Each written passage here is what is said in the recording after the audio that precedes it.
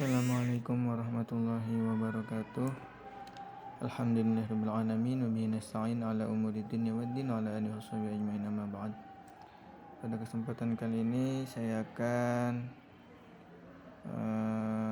merangkum video dari Bapak dosen Pak Nur Wahidin. Langsung saja, yaitu tentang psikologi agama.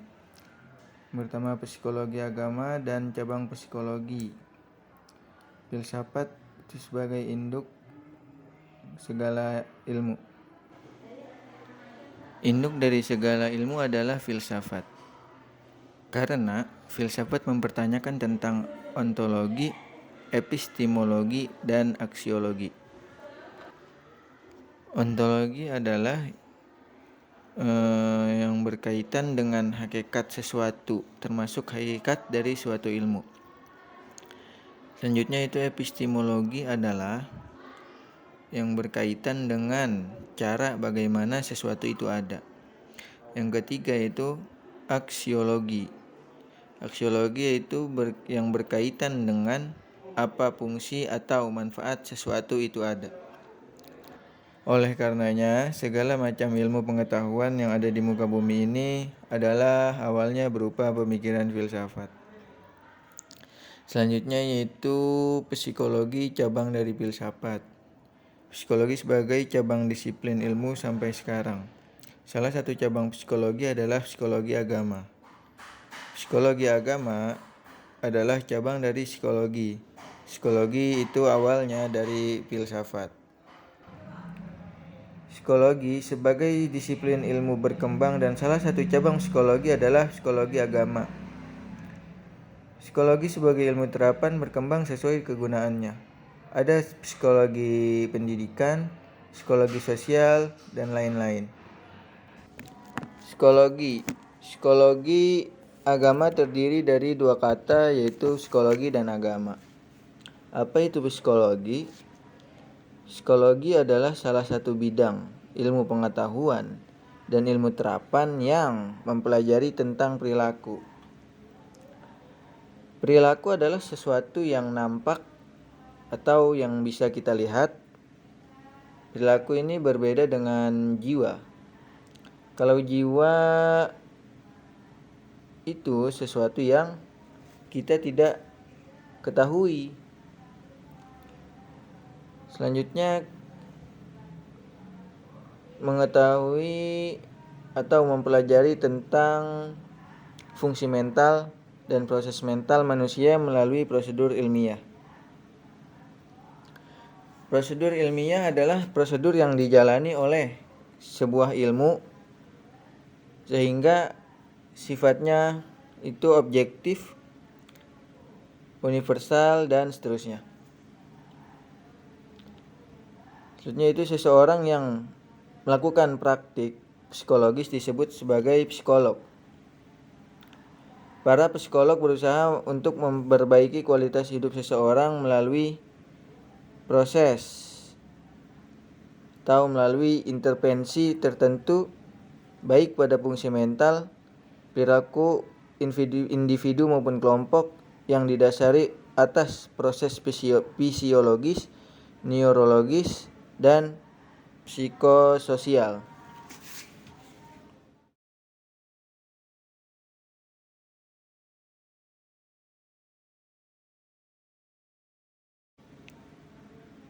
Agama adalah sistem yang mengatur kepercayaan serta peribadatan kepada Tuhan yang Maha Kuasa, serta tata kaidah yang berhubungan dengan budaya dan pandangan dunia yang menghubungkan manusia dengan tatanan kehidupan. Banyak agama yang memiliki mitologi, simbol, dan sejarah suci yang dimaksudkan untuk menjelaskan makna hidup dan asal-usul kehidupan atau alam semesta. Dari keyakinan mereka, tentang kosmos dan sifat manusia, orang-orang memperoleh moralitas, etika, hukum agama, atau gaya hidup yang disukai. Menurut beberapa perkiraan, ada sekitar 4.200 agama di dunia.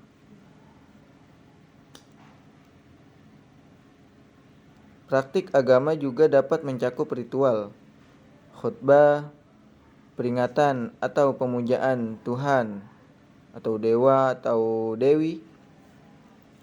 Selanjutnya pengorbanan, festival, pesta, trans atau kesurupan, inisiasi dalam kurung itu upacara, ujian yang harus dilakukan untuk menjadi anggota kelompok. Selanjutnya yaitu cara penguburan, pernikahan, meditasi, doa, musik, seni, tari, atau aspek lain dari kebudayaan manusia. Secara definitif, agama adalah yang pertama yaitu pengakuan manusia terhadap adanya kekuatan gaib yang harus dipatuhi. Yang kedua, pengakuan terhadap adanya kekuatan gaib yang menguasai manusia. Yang ketiga, mengikat diri pada suatu bentuk hidup yang mengandung pengakuan pada suatu sumber yang berada di luar diri manusia dan memengaruhi perbuatan-perbuatan manusia. Yang keempat, yaitu kepercayaan pada suatu kekuatan gaib yang menimbulkan cara hidup tertentu. Yang kelima yaitu suatu sistem tingkah laku atau code of conduct yang berasal dari suatu kekuatan gaib. Yang keenam, pengakuan terhadap adanya kejiwaan-kejiwaan yang diyakini bersumber pada suatu kekuatan gaib. Yang ketujuh, pemujaan terhadap kekuatan gaib yang timbul dan perasaan lemah dan perasaan takut terhadap kekuatan misterius yang terdapat dalam alam sekitar manusia. Yang kedelapan yaitu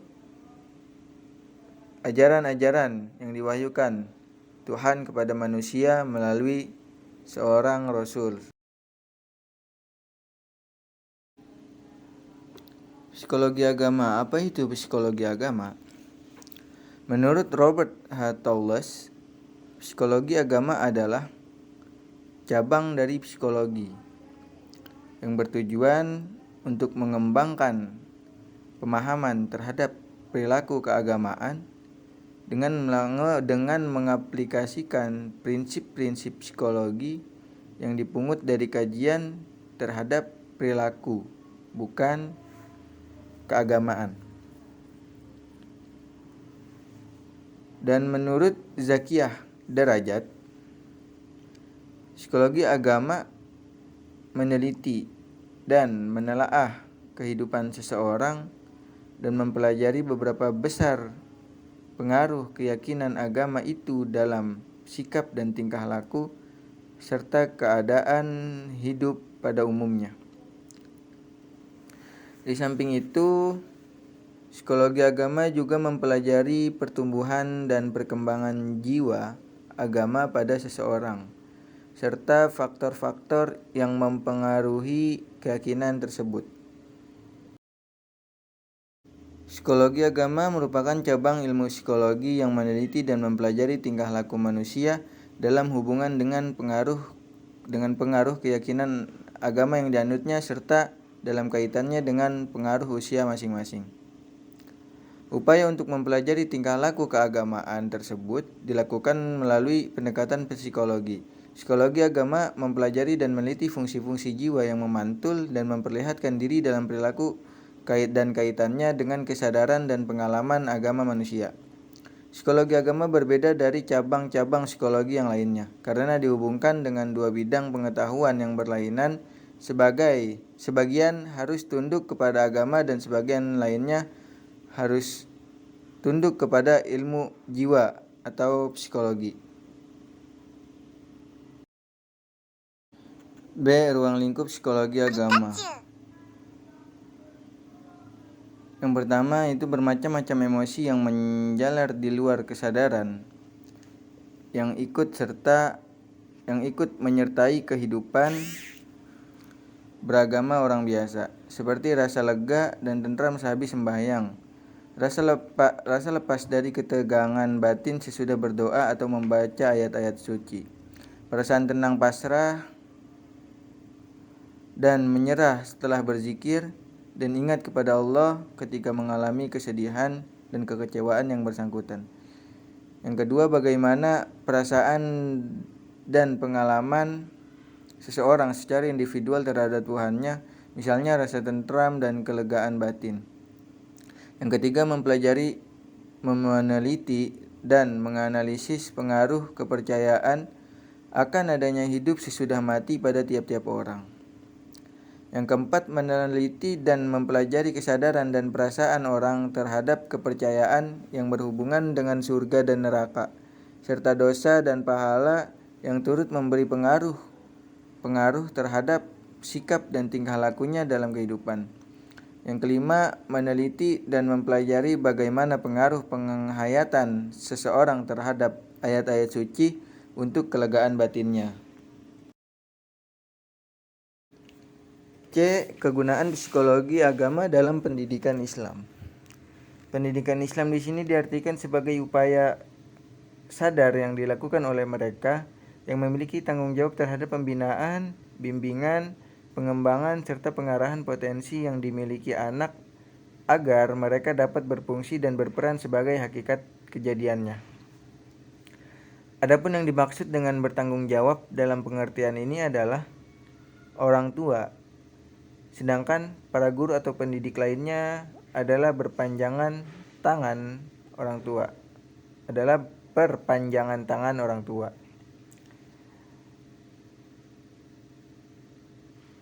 Hai anakku, janganlah kamu mempersekutukan Allah. Sesungguhnya mempersekutukan Allah adalah kezaliman yang amat besar. Quran Surat Luqman. Selanjutnya, upaya membimbing pengenalan terhadap Tuhan dan agama hendaknya dilakukan dengan penuh kasih sayang, tidak dengan perintah, melainkan melalui keteladanan orang tua. Selanjutnya itu adanya hubungan timbal balik antara jiwa dengan tubuh. Demikian pula mengenai hubungan antara biokimia dengan jiwa dan raga. Juga tentang pengaruh suara dengan pembentukan hati nurani.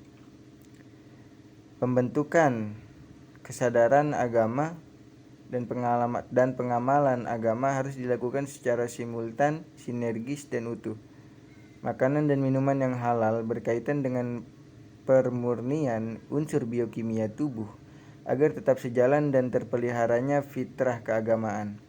Kemudian azan dan iqomah, nama yang baik serta akikah berhubungan dengan pembentukan nilai-nilai ketauhidan dalam jiwa. Lalu setelah anak mampu berkomunikasi, mereka diperkenalkan dengan perlakuan kasih sayang. D. Kegunaan psikologis agama dalam disiplin ilmu lain. Ilmu politik. Sudah sejak lama pemerintah kolonial Belanda memanfaatkan hasil kajian psikologi agama untuk kepentingan politik. Pendekatan agama yang dilakukan oleh Snoeck-Horgans terhadap para pemuka agama bertujuan untuk mempertahankan politik penjajahan Belanda di tanah air. Bidang instruksi ekonomi sekitar tahun 1950-an di perusahaan minyak Stanford diselenggarakan ceramah agama Islam. Asumsinya bahwa ajaran agama mengandung nilai-nilai moral yang dapat menyadarkan para buruh dari perbuatan yang tak terpuji dan merugikan perusahaan. Sebaliknya, dan hasil kegiatan tersebut dievaluasi dan ternyata pengaruh ini dapat mengurangi kebocoran. Sekitar tahun 1979, perusahaan tekstil di Malajaya pernah melarang buruhnya menunaikan sholat Jumat. Menurut pimpinan perusahaan, waktu istirahat siang dan sholat Jumat mengurangi jumlah jam kerja dan akan mengurangi produksi. Tetapi setelah larangan dilaksanakan dan buruh dipaksakan tetap bekerja, ternyata produksi menurun secara drastis. Di sini hubungan antara tingkat produksi dan etos kerja yang ada kaitannya dengan kesadaran agama.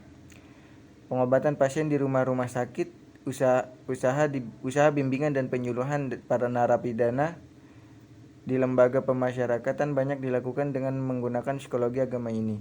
Demikian pula lapangan pendidikan psikologi agama dapat difungsikan pada pembinaan moral dan mental keagamaan peserta didik.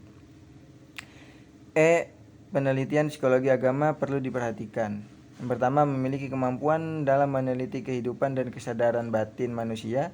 Yang kedua, memiliki keyakinan bahwa segala bentuk pengalaman dapat dibuktikan secara empiris. Yang ketiga, dalam penelitian harus bersikap filosofis, spiritualistis. Dan keempat, tidak mencampur adukan antara fakta dengan angan-angan atau perkiraan hayali. Yang kelima, mengenal dengan baik masalah psikologi dan metodenya. Yang keenam, memiliki konsep mengenai agama serta mengetahui metodologinya. Yang ketujuh, menyadari tentang adanya perbedaan antara ilmu dan agama. Yang kedelapan, mampu menggunakan alat-alat penelitian yang digunakan dalam penelitian ilmiah. Metode dalam psikologi agama. Dokumen pribadi meliputi 1. Teknik nomotatik, menarik kesimpulan sejumlah dokumen yang diteliti, mengukur perangkat sifat seperti kejujuran, ketekunan, dan kepasrahan sejumlah individu dalam satu kelompok. Yang kedua, teknik analisis nilai. Dukungan analisis statistik. Carlson misalnya menemukan dalam penelitiannya bahwa terdapat hubungan antara kepercayaan dengan tingkat kecerdasan. Didapatnya korelasi antara agama dan kecerdasan, yang berarti anak-anak yang kurang cerdas cenderung berpegang erat kepada kepercayaan agama, sedangkan pada anak-anak yang cerdas cenderung itu lebih kecil. Kecenderungan itu lebih kecil. Yang ketiga, teknik ideografi untuk memahami sifat-sifat dasar atau tabiat manusia. Masing-masing sifat dasar yang dimiliki seseorang individu sebagai ciri khas terlihat dalam penampilan sikap secara umum. Terbagi 4 jenis, yaitu sanguinis, semangat, ceria, hangat, dan bersemangat. Koleris, memiliki kemauan yang keras dalam mencapai apa yang diinginkan. Melankolis, memiliki rasa seni yang tinggi. Flegmatis, cinta damai, supel, ramah, dan mudah bergaul. Yang keempat yaitu teknik penilaian terhadap sikap, bagaimana pendirian seseorang, hubungannya dengan pengalaman dan kesadaran agama. Kuesioner dan wawancara meliputi 1. Pengumpulan pendapat masyarakat, pengumpulan pendapat khalayak ramai. 2. Skala penelitian, mengukur faktor-faktor yang menyebabkan perbedaan khas dalam diri seseorang berdasarkan pengaruh tempat dan kelompok. Ketiga, tes, mempelajari tingkah laku dalam keagamaan seseorang dalam kondisi tertentu dengan tes yang sudah disusun secara sistematis. Yang keempat, eksperimen, mempelajari sikap dan tingkah laku keagamaan seseorang melalui perlakuan khusus yang sengaja dibuat antara dua orang anak yang disuruh membuat perasaan dan pengertiannya tentang keyakinan dan agama yang abstrak, misalnya tentang Tuhan, akhirat, surga, neraka, dan lain-lain. Yang kelima, observasi melalui pendekatan sosiologis dan antropologi. Yang keenam, studi agama berdasarkan pendekatan antropologi budaya. Yang ketujuh, pendekatan terhadap perkembangan aspek psikologi manusia dalam hubungannya agama yang dianutnya. 8. Metode klinis dan proyektivitas penyembuhan dilakukan dengan cara menyelaraskan hubungan antara jiwa dan agama. Yang ke-9, apresiasi nomonatik. Yang ke-10, studi kasus. Yang ke-11 yaitu survei. Mungkin cukup sekian dan terima kasih. Wassalamualaikum warahmatullahi wabarakatuh.